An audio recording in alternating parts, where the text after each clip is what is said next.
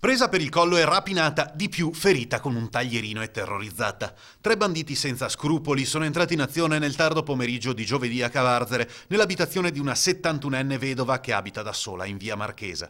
I criminali con ogni probabilità lo sapevano, ma ciò che ignoravano è che alle loro costole c'erano i carabinieri della compagnia di Legnago nel Veronese. Il trio era finito nel mirino delle forze dell'ordine, le quali aspettavano solo il momento giusto per coglierli in flagrante.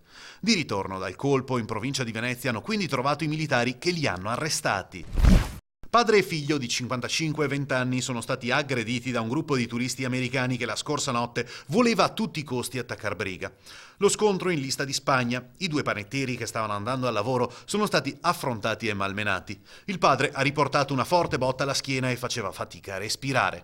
La polizia ha rintracciato gli aggressori in un albergo poco distante. Sono 2 newyorkesi ventenni.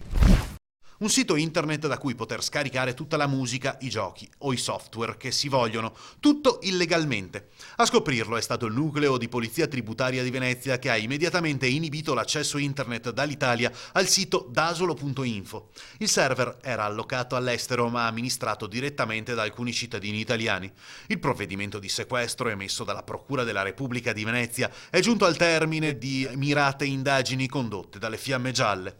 Il portale aveva dimensioni tali da considerarsi uno dei leader nazionali con oltre 22.000 accessi unici giornalieri.